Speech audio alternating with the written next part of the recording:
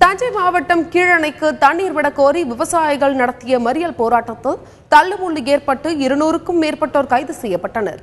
கல்லணையில் இருந்து பாசனத்திற்காக திறக்கப்பட்ட தண்ணீர் உரிய காலத்தில் கீழணைக்கு வந்து சேரவில்லை என்று கடலூர் மாவட்ட விவசாயிகள் குற்றம் சாட்டியுள்ளனர்.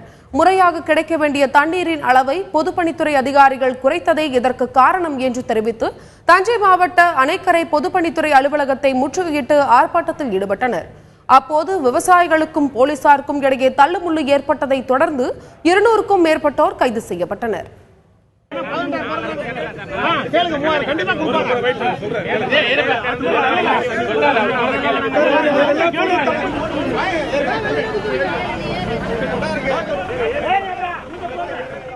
கல்லணை திறந்து 23 நாளைக்கு மேலாயும் இதுவரையிலையும் கீழணைக்கு ஒரு சொட்டு தண்ணி கூட வரல.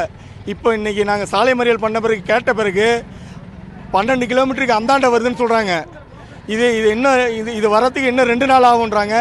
எங்களுக்கு கொடுக்க வேண்டிய தண்ணியை கொடுக்காம எங்களுடைய கடலூர் மாவட்டத்துக்கு கொடுக்க வேண்டிய அளவை குறைச்ச திருச்சி கோட்டை பொறியாளரை பணி நீக்கம் செய்ய வேண்டும். இப்போ கர்நாடகத்தில் போராட்டம் பண்ணி தண்ணி கேட்டு வாங்கணும். அந்த தண்ணி இங்கே வந்து சேரல. வடகிழக்கு பருவமழை இன்னும் ஒரு 4 நாளில் துவங்க போகுது. இப்போ அந்த தண்ணி கொள்ளிடம் கீழணைக்கு வந்த உடனே மழை தண்ணியும் வரப்போகுது. எல்லாம் கடலுக்கு அனுப்பிச்சி விட்டு எல்லா அதிகாரியும் வேடிக்கை தானே பார்க்க போகிறோம். விவசாயி பூரா சாவ தான் போகிறான். அந்த தண்ணி கேட்டு போராட்டம் வாங்கி அந்த தண்ணி விவசாயிக்கு பலன் அடைஞ்சுதா? அப்போ அதை யார் மேனேஜ்மெண்ட் பண்ண அதிகாரி யார் தப்பு பண்ணுறா? அதுக்கு எதுக்கு சம்பளம் கொடுக்கணும்?